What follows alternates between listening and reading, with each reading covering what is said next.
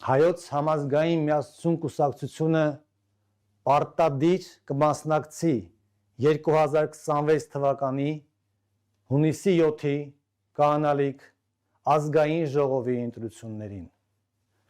Մենք մասնակցելու ենք միասնական ճակատով,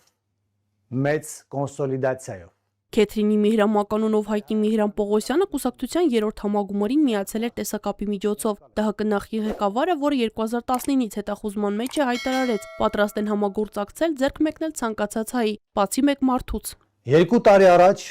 հայտարարեցինք, որ մենք աշխարհում ոչ մի հայ հետ խնդիր չունենք։ Ձեռք ենք մեկնում բոլորին, այդ թվում իշխող կուսակցության ներկայացուցիչներին։ Բոլորին, բացի մեկ անձից։ Բացի մեկ անձից, նա, ով առայժմ զբաղեցնում է երկրի վարչապետի աթոռը։ Իշխանական պատգամավոր Հասմիկ Հակոբյանը կարծում է Միհրամ Պողոսյանի մեկնած ձեռքն օդում է մնալու, իսկ նրա ղեկավարած ուժն այդքան պոտենցիալ չունի, որ իրենց իրական մրցակից դառնա։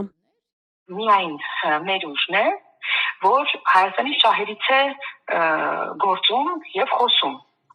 Մյուս կողմում բոլորը Ռուսաստանում կապիտալ ունեցող, Ռուսաստանում պատասպարվող,